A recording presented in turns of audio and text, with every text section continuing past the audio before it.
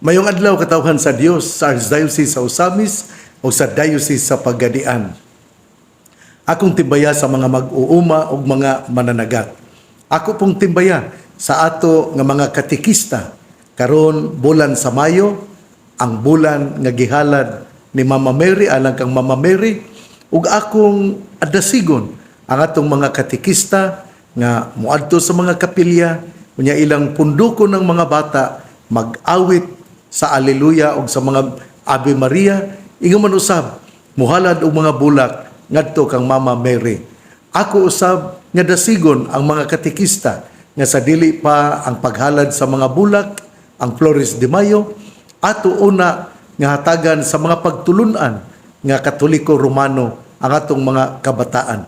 Busa ako yung pasalamat ni Father Alcher Boquia, ang catechetical coordinator sa Archdiocese sa Osamis, uban pod sa iyang kaabag, iyang tigtabang, busa ngadto kanila, salamat kaayo. Ako pod nga pasalamat sa ato nga mga vocation committee members. Salamat kayo sa inyong pagtabang sa John Paul II College Seminary. Ug salamat usab sa inyong pagtabang sa St. Mary's Theologate. Ang St. John Paul II College Seminary mao ang Archdiocesan College Seminary. O ang SMT, ang St. Mary's Theologate, mao ang Regional Seminary sa sub-region sa dioceses sa Pagadian, Iligan, Archdiocese sa Osamis, Marawi o Pagadian, Dipolog, Osamis, Pagadian, Iligan ug Marawi. Busa atong tabangan kay sila mauman ang mupadayon sa ato nga tinuhuan ang mga pari nga mupoli sa mga matigulang na nga mga pari. Sa day pa ko mupadayon, ako di ay nga pakasubo ngadto sa Banay Go dinha sa Sapang Dalaga, kay namatay man si Antonio Go Jr. o ang ilang silang mga anak, usa ka seminarista dinhi sa St. John Paul II College Seminary. Busa akong pakasubo sa mga Sabanay Go o gilubong si Antonio Go Jr. niadtong Mayo 4 busa pakasubo sa Banay Go. Ako po di ay nga fiesta greetings ngadto sa Sangay Dako, fiesta sa San Isidro Labrador, ug ako dayong pahalipay sa tanan nga mga katawhan sa Sangay Dako. Ang ila nga patron mao si San Isidro Labrador, ug ako po di ay nga pasalamat ni Kapitan Barangay Captain Carlo Moralion dinha sa Sangay Dako. Ug ako pong dasigon ang ato nga mga kapilya leaders. Ato din nga ihangyo ang mga katekista nga sila mudapit sa mga katawhan nga moapil gayud sa nobina. Kanang nindot pa kanang moapil kag nobina. Nobina sa tong patron, panalanginan gyud ta. Kanang moapil gitag sa nobina, hatagan ta sa mga grasya nga tong gikinahanglan. Muna nga man bitaw na nga moapil gyud ta sa Misa de Gallo siyam kaadlaw aron atong madawat ang panalangin. Mao po ning akong hangyo, mga katekista, mga chapel leaders, mga zone leaders, atong hangyoon, atong dapiton, ato nga hatagan sa pagdasig ang ato nga mga miyembro sa kapilya nga moapil sa nobina, moapil gayud. Inyo gipraktiso ninyo ang kanang gusos bitaw sa nobina. Importante gyud kayo na kay gaistorya man gud na sa kinabuhi sa tong patron. Mao na nga kining nindot yung kaayo na nga ako gali nindot unta kung makahibalo pod ang atong mga kabataan, ang atong nga mga batanon nga mukanta sa gusos. Kay importante gyud kayo kana aron makahibalo sila sa istorya sa ila nga patron. Sa Mayo 8 usab mao ang piyesta sa Mandawi City, Cebu. Busa akong pahalipay sa Dakbayan sa Mandawi City, sa Dakbayan sa Mandawi, Sugbo, nga nagasaulog sa ilang kapistahan. Ingon man usab ugma kay karon apit sa utso, karon ding adlaw pod mao ang presbyterium sa Clergy of Pagadian. Busa moadto ako sa Pagadian aron mohimo sa binulan nga presbyterium. O sa ugma Mayo 9 mao na usab ang meeting sa Board of Trustees sa Archdiocese Commission on Education nga among pagahimuon dito sa Aya, Tangub City. Ang nahilakip sa mga Board of Trustees sa Archdiocese Commission on Education mao sila si Monsignor Boy Naron Jr., Father Jonever Ondo Roma, si Dr. Rosa Lantaka, si Ma'am Ajin Razonable, John Ray Magkilat, o kining inyong ubos nga alagad isip chairman of the board. Busa ugma, anak kita sa Aya, Pitsa 9, Mayo 9, 2024. Kining atong ebanghelyo karon nining adlaw Miyerkules, atong kutloon sumala sa ebanghelyo ni San Juan. Si Jesus mingon siyang mga tinun-an, daghan paunta kayo akong isulti kaninyo, apan karon dili pa kamo makatugkad niini. Apan inigabot sa espiritu sa kamatuoran, tultulan kamo niya sa tibuok kamatuoran. Dili siya magsulti sa iyang kaugalingong pagbuot, kundili sultihan kamo niya sa iyang nadungog, ingon man sa mga butang o maabot. Himayaon ako niya, kay ang ania kanako mo'y iyang isulti kaninyo. Ang tanan nga iya sa amahan akoa, busa giingon ko nga dawaton sa espiritu ang ihatag ko kaniya o isugilon niya kini kaninyo. Ebanghelyo sa tong Ginoo, daygon ikaw o Kristo. Mga igsuon, pagkaanindo sa tong ebanghelyo karon, kaya atong ebanghelyo ga hisgot man bahin gyapon sa Espiritu Santo. Sa ako nang gikaingon, hapit na manggod ang Ascension o atong hinumduman nga karong Mayo 12 mao ang piyesta sa Ascension o mao usab ang Domingo sa mga inahan, Mother's Day. Unya, niya nang adlaw usab tungod kay mosaka sa langit ang ato nga pagsaulog sa pagsaka sa langit sa atong Ginoo, ato usab nga hinumduman nga sa iyang pagsaka wala man ta biyae sa iyang presensya, kundili gihatagan kita sa Espiritu Santo, ang Espiritu sa kamatuoran. O sa ato pa di ay gikan sa Lunes, Martes hangtod karon ang atong panguna-una gipreparahan gayud aron kita makahuna-huna nga taliabot na gyud di ay ang kasumaran sa kapistahan sa Ascension, diin gihatag usab ang Espiritu Santo. Ang atong ebanghelyo miingon, inigabot sa Espiritu sa kamatuoran, tultulan kamo niya sa tibuok kamatuoran. Nindot kayo nino. Ako gining naisgutan naman din ako niyatong Lunes ng Espiritu sa kamatuoran. Kung ikaw ubos sa pagmando, ubos sa gahom sa Espiritu, ikaw magasulti sa kamatuoran. O dinhi, gibalik na usab, giklaro na usab, gipalawom gayud nga inigabot sa Espiritu sa kamatuoran, tultulan kamo niya sa tibuok kamatuoran. Busa nindot yun kaayo nga atong dawaton sa atong tagsa-tagsa kakasing-kasing ang Espiritu Santo aron kita muhimo og mga kamatuoran. Musulti kamatuoran, muhimo unsay kamatuoran ug ang atong pangunahuna kamatuoran.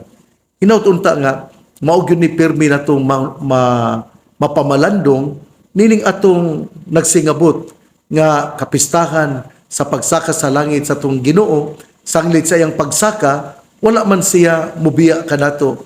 Kay ang Espiritu Santo anaa mangyoy communion, naaman ang panaghiusa sa Amahan, sa Anak ug sa Espiritu Santo. Mao na nga ningon siya, kung moabot na ang Espiritu sa kamatuoran, tultulan kamo niya sa tibuok kamatuoran.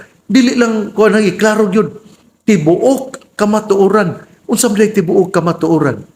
That Jesus became man, that Jesus died on the cross, that Jesus resurrected, that Jesus has ascended to heaven, and that He prepares a place for all of us. Mao ni ang kamatuoran, mao ni ang gisangyaw sa mga daghan na kayong mga katuigan nga mauusab ang mikalas sa kinabuhi sa ato nga mga kaigsuonan. Ako nang hinumduman ha, nga niadtong Mayo 3, anibersaryo di ay sa kamatayon sa nabantog na kayo nga pari nga si Father Roel Gallardo, CMF. Si Father Roel Gallardo namatay tungod sa iyang pagpakita nga kinahanglan ato gyud nga puy-an ang kalinaw. Tungod sa iyang pangandoy sa kalinaw, siya gikidnap uban sa mga maestra sa sinangkapan o ingon man usab sa mga maestra sa Claret School ug tumahubong, uban usab sa mga kabataan nga gikidnap dinha sa tumahubong Central School. Dinha pa ako na-assign sa Basilan ngadtong mga tuig 2000 o karon mao ika-24 ka tuig sa kamatayon ni Reverendo Padre Jose Roel Gallardo, CMF. Muna nga nagisgot magyud ta o kamatuoran, ako nang gikaingon nga si Father Jose Roel Gallardo, CMF, mao ang mibarug sa kamatuoran ug iyang gisangyaw ang kamatuoran ug iyang gipakita kung unsa ang kamatuoran nga si Jesus na tao, si Jesus gisakit, si Jesus gilansang sa krus, si Jesus namatay, si Jesus nabanhaw, si Jesus misaka sa langit aron kita andaman og luna, aron asa siya atua usab kita. Nindot kay nino sa ako nang gikaingon, daghan ang nangamatay tungod niining maong kamatuoran. Most ginaingon nga the most persecuted faith is the Catholic faith. Muna nga daghan yun ang nangamatay tungod sa pagtuong Katoliko Romano. Sa ilang pagsangyaw, sila gipamatay. Pero atong hinumduman ang gisulti sa karaan nga mga Katoliko nga miingon, sanguis martyrum, semen Christianorum. The blood of the martyrs, the seed of Christianity. Muna nga, padayon yun ta. Padayon ta sa hugot nga pagtuo, nga dina lamang ni Jesus ang kaluwasan. Ug atong hinumduman, nga ningon nga atong Ginoo, daghan pa kayong isulti, apan dili ko kini masulti sa tanan, kay tingali unyag dili pa kamo makadawat sa tanan. Dili siya magsulti sa iyang kaugalingong pagbuot, kundi sultihan kamo niya sa iyang nadungog, ingon man sa mga butang umaabot. Nindot kay nino mo ni ang bang mga pari, mga madre, wapat sila magsulti sa ilang kaugalingon. Nagsulti man na sila sa gipasulti sa Ginoo pinaagi sa simbahan. Ang simbahang Katoliko Romano nga nagpadayon sa pagsulti kinsa si Jesus, mauman ang gitugyanan sa mga tradisyon aron ipadayon ang pagmantala kung kinsa ang atong Ginoo. Pagkanindot no, hinaut nga mao sa unta kana ang ato nga kining ato nga huptan nga ang Espiritu Santo ang Espiritu Santo mo'y nagsulti.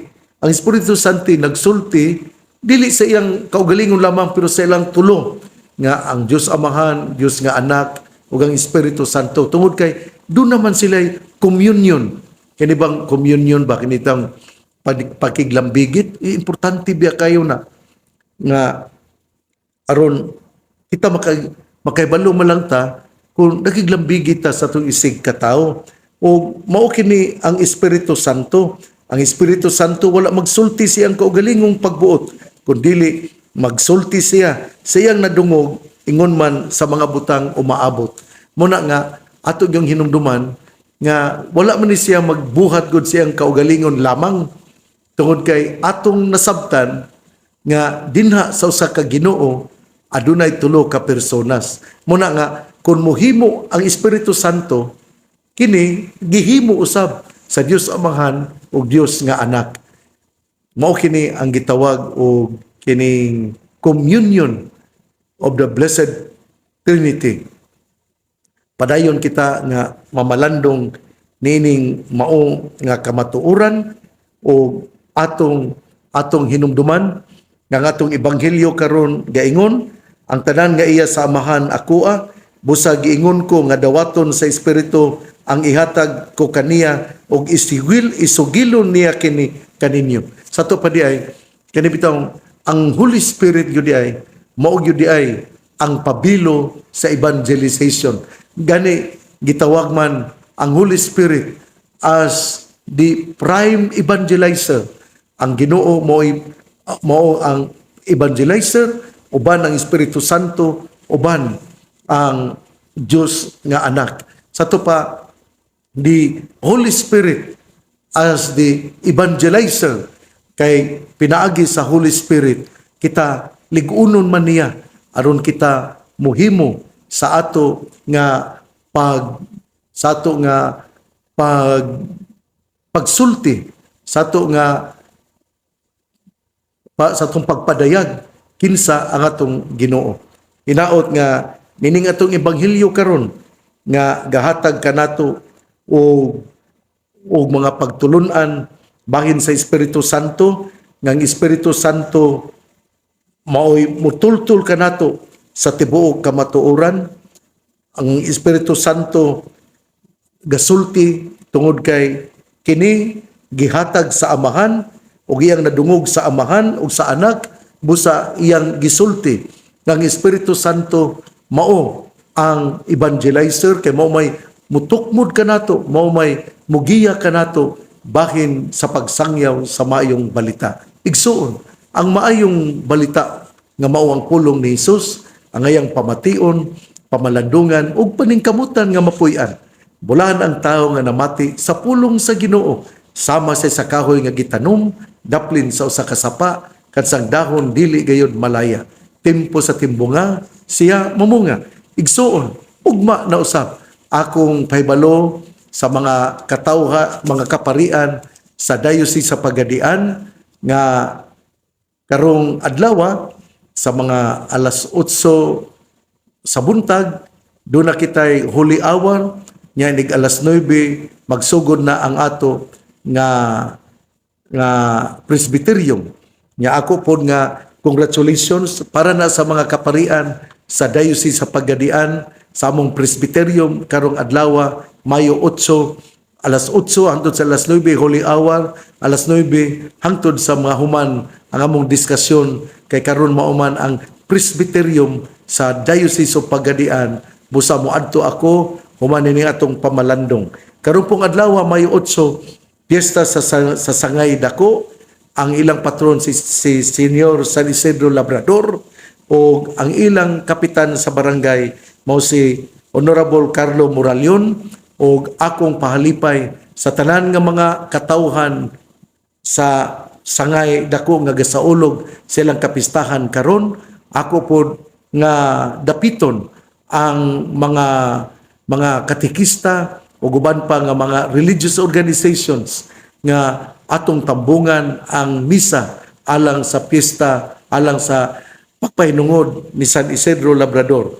O akong hangyoon gihapon nga ang Mayo bulan sa Mayo mao ang bulan nga gihalad kang Mama Mary.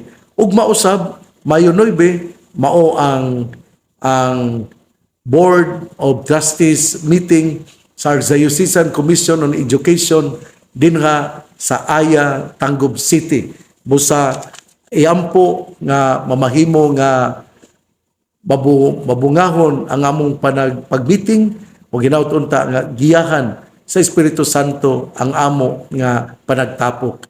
Sa dili pa kumubiya, daghan biya kayo ang gasaulog sa piyesta ni Senyor San Isidro Labrador. Labi na dinhi sa Misamis Occidental, dina sa Tudela, busa sila karon ikatulo na nilang adlaw ang ilang pagnobina ni Senyor San Isidro Labrador. Dina usab sa Calamba, sa Misamis Occidental, ganobina usab sila ni Senyor San Isidro Labrador. Dina usab sa Zamboanga del Sur, dina sa Dinas, dina sa Aurora, dina usab sa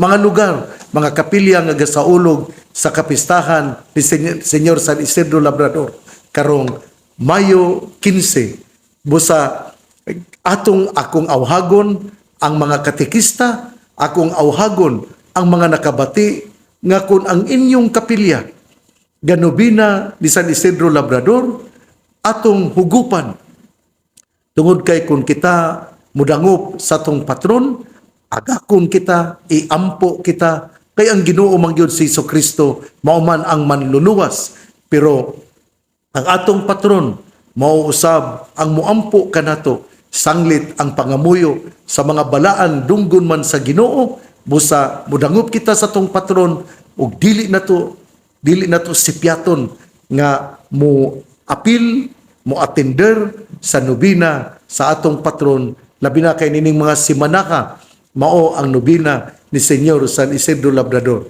Gikan sa Misamis Occidental, Tudela, sa Calamba, dinha sa Aurora, sa Dinas, dinha sa uban pa nga mga barangay, ako muingon atong hugupan tungod kay ang pangaliya ni San Isidro Labrador, labi na pangaliya atong iampo nga muulan aron kahatagan og tubig ang ato nga mga uma o mahatagan kita og mainom ug dili na mga matay atong mga mananap ug ang atong mga gipananom.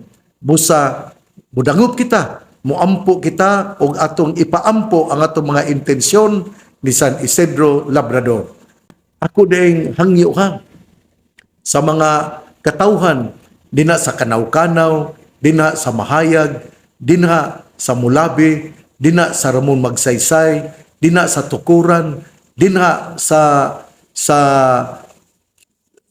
Tonggo, dinha sa Gala, dinha sa Kinuman Norte, dinha sa Huyuhoy, nga mudagkot kita, muari kita sa Birhen sa Kuta, nga nindot kayo na nga labi na kay karon Miyerkules, adlaw karon ni Mama Mary, nga dadon po ninyo ang inyong mga kabataan, ay dili di ay sa Biyernes di ay, ang Biyernes di ay mo inindot kaayo, kay naamay mga programa nga gipahigayon si Mayor Indy Waminal Jr. aron malipay gayon ang mga kabataan, aron aduna gyoy lugar di ang ato nga katawhan magtapok og magudyaka, pero dili sa mga binuang nga mga hudyaka, kundi clean fun, kay mao man ni ang importante aron makakat-on kita nga pinaagi sa maayo nga gawi, kita usab magpuyo sa gawi nga maayo. Ang pangaliya sa mahal nga Birhen Maria nga gisangpit sa mga misamisnon nga Birhen sa Kuta, ang Ginoo magapanalangin kanatong tanan. Sa ngalan samahan sa Anak ug sa Espiritu Santo. Amen. Usbon ako ha, mudulhog kita kamong katawhan dina sa Mukas, kamong katawhan dina sa Zamboanga, dina sa Lanao del Norte, sa Lanao del Sur, dina sa Cagayan de Oro, sa mga lugar diin kining atong Sibya nakiabot. Muari kita sa nabantog na kayo nga milagrosa nga Birhen sa Kuta, mudagkot kitag kandila, atong ihalad ang atong banay, atong iampo ang maayo nga panglawas sa mga membro sa banay, kay ang pangamuyo sa mahal nga Birhen Maria dili gayud talikdan ug pamation gayud sa iyang anak nga si Jesucristo. Siya ang inahan ni Jesus, busa atong higugmaon ug tahuron. Mabuhay tayong lahat. God bless. Di po ko malimot ha, Hulyo 13, usa ka linawas nga pasundayag sa taga DYSS dina sa Bantawan, sa Wellness Park, Ozamis City. O ang ilang pasundayag nagauluhan o kung wala ka na. Nga gisulat ni Melvin Leeson ubos sa direksyon ni Algin Abakita. Kita-kita kita tungod kay ang kalipay nga nagkahiusa usa ka kalipay nga kalipay usab sa atong Ginoo. Mabuhay tayong lahat.